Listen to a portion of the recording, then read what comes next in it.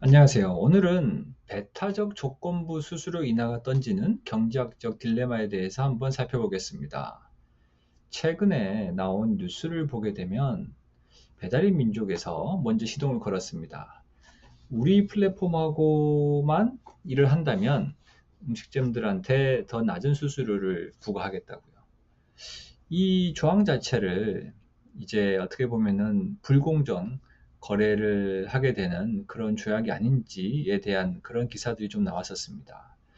자, 여기에 대해서 한번 생각을 해보는 것이 굉장히 좋을 것 같은데, 왜냐면 우리가 어떻게 그냥 상식적으로 생각해 봐도 이 더 낮은 수수료를 음식점이 낼 수 있다면 음식점 입장에서는 사실 좋은 딜일 수 있잖아요. 그럼 그게 과연 실제로 배달앱을 이용하는 사람들한테는 어떻게 적용할 수 있을 것인지, 그리고 전체적인 사회적으로 봤을 때도 어떤 효과를 가질 수 있는지에 대해서도 생각을 해보도록 하겠습니다. 자, 단기적인 효과를 한번 생각을 해볼 텐데요. 자, 수수료가 인하가 됐습니다. 그래서 음식점이 기존에는 예를 들면 배달의 민족하고 쿠팡이츠를 통해서 소비자를 만나던 음식점이 있었어요. 근데 이제는 배달의 민족을 통해서만 이제 그 배달의 고객들을 만나게 됩니다. 일단 수수료가 인하가 됐기 때문에 식당의 마진이 좋아지겠죠? 식당의 마진이 좋아지고 그 다음에는 이걸로 인해서 음식 품질이 좋아지거나 아니면 가격 자체가 인하가 될 수 있습니다. 그러면 소비자 입장에서는 더 나은 베네핏을 얻게 되는 것이죠. 이런 더 나은 베네핏으로 인해서 더 많은 사람들이 사실은 배달앱을 이용을 하게 되고 더 큰 효용을 얻을 수도 있게 되는 것입니다. 그래서 이렇게 배타적인 할인 수수료를 제공하는 것이 굳이 어떻게 보면은 경쟁을 막는 그런 행위는 라고 단기적으로는 보기 어려울 것 같습니다. 오히려 어떤 면에서 보면 이 음식점을 끌어들이기 위해서 두 개의 플랫폼이 경쟁을 하다 보니까 사실은 음식점 입장에서도 더 나은 수수료를 낼 수 있고 소비자 입장에서도 이제 더 좋은 어떻게 보면은 품질을 경험할 수 있게 되는 것이죠. 자, 그래서 식당의 마진이 이제 증가가 되고, 그리고 이 마진의 일부가 소비자한테 증가가 되면서 소비자의 효용도 증가를 할 수 있는데요. 어떻게 보면 식당과 소비자가 다 이렇게 효용이 증가하면서 전체 거래량이 더 늘어날 수 있게 돼서 사회적으로도 사실은 어떻게 보면 더 큰 효용을 가질 수도 있을 것입니다. 자, 그런데 장기적으로 봤을 때는 이게 이제 약간 위험할 수가 있습니다. 어떤 얘기냐면 지금 현재는 음식점들이 이제 멀티 호밍을 하고 있죠. 예를 들면 이제 배달의 민족도 이용하고 쿠팡이츠를 통해서도 이제 주문을 받고 있습니다. 그러면 이제 소비자 입장에서는 어떻게 보면은 뭐 내가 어떤 앱을 쓰든지 간에 그냥 이렇게 음식을 주문하면 되는 것이었죠. 그런데 이제 만약에 시간이 지나서 음식점들이 하나의 앱만을 통해서 고객을 만든다는 그런 미래를 생각해 보시면 자, 어떤 일이 벌어질까요?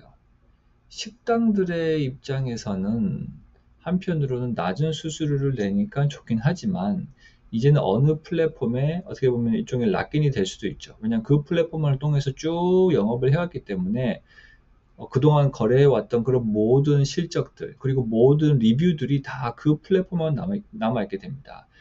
만약에 그 플랫폼에서 가지고 있었던 그 리뷰를 다른 플랫폼으로 옮길 수 있으면 모르겠는데 그렇게 옮기지 못하게 되면 사실은 해당 플랫폼에 그냥 얽매이게 되는 것이죠.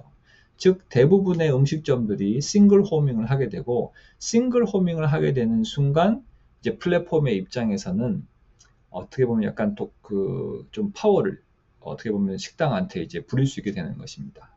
그러면 장기적으로 봤을 때는 음식점이 단일 플랫폼에 종속이 되면서 음식점한테 더 사실은 높은 수수료를 나중에는 부과할 수도 있을 것이고, 그리고 소비자한테도 사실은 상대적으로 조금 소홀히 될 수도 있습니다. 왜냐하면 소비자가 어떤 특정 음식점을 통해서 뭔가 음식을 받으려면 자기 자신의 플랫폼을 거쳐야 되는 상황이 발생하기 때문에 굳이 이렇게 서브시디를 주고 하면서 굳이 이제 배달 할인을 주면서 굳이 그 소비자를 모집할 필요가 없어지게 될 수도 있는 것이죠. 그러면 이제 나아가서 더 어떤 일이 벌어질 수 있냐면 지금은 이제 두 개의 플랫폼이 경쟁을 하고 있지만 음식점이 이제 싱글 호밍을 하는 경향이 강해지면서 어느 한쪽 플랫폼으로 이제 쏠리는 현상이 발생할 수도 있습니다. 그러면 그 플랫폼이 거의 모든 시장을 장악을 하게 될 수가 있죠. 그럼 이제 장기적으로 봤을 때는 음식점이 단일 플랫폼에 고착화가 되고 이 소비자의 입장에서는 사람들의 입장에서는 두 개의 앱을 멀티 호밍을 하고 있다가 어느 하나의 앱이 절대적으로 많은 음식점을 가지게 되는 순간 그 앱만을 또 선택하게 되겠죠. 그러면 그 시장은 승자 독식의 구조를 가지게 될 수도 있습니다. 지금 현재는 양쪽 사이드 다 멀티 호밍을 하기 때문에 그런 상태는 아닌 것이죠.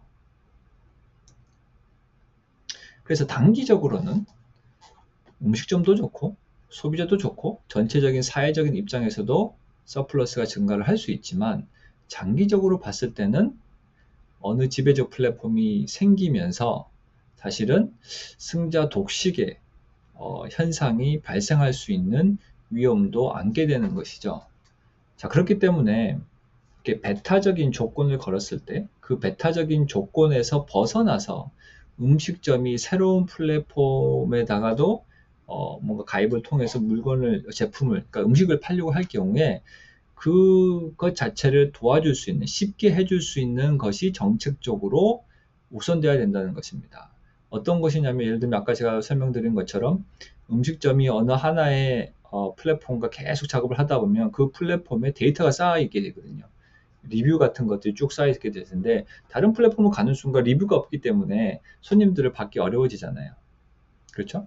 자, 그럴 경우에 대비해서 그 플랫폼이 가지고 있는 데이터를 어떻게 보면은 음식점에 대한 관련 데이터를 가지고 갈 수 있는 그런 정책이 만약에 가능하다면 그런 것들이 이제 이루어지면 어떻게 보면은 내가 어떻게 보면 하나의 플랫폼에 종속되어 있기보다는 그 플랫폼이 제공하는 낮은 수수료를 충분히 즐길 수 있다는 것이죠. 그런 점들이 좀 보완이 되면 어떻게 보면 이렇게 지금 현재 이제 음식점을 잡기 위해서 하는 노력 자체가 그렇게 큰 문제는 아니지 않을까라는 생각이 듭니다. 감사합니다.